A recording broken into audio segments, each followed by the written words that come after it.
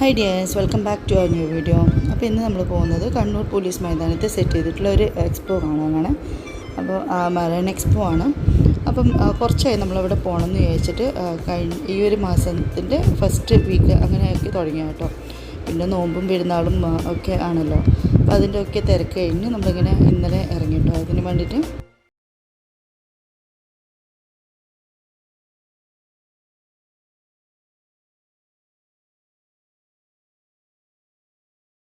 പോയത്. അപ്പോൾ പോകുമ്പം ഇത്ര ഗ്രാൻഡ് ആവുമെന്ന് വിചാരിച്ചിട്ടില്ല. നല്ലൊരു എക്സ്പോ തന്നെയായിരുന്നു. അപ്പോൾ നിങ്ങൾ എന്തായാലും ഫുള്ളായിട്ട് വീഡിയോ കാണാം കേട്ടോ.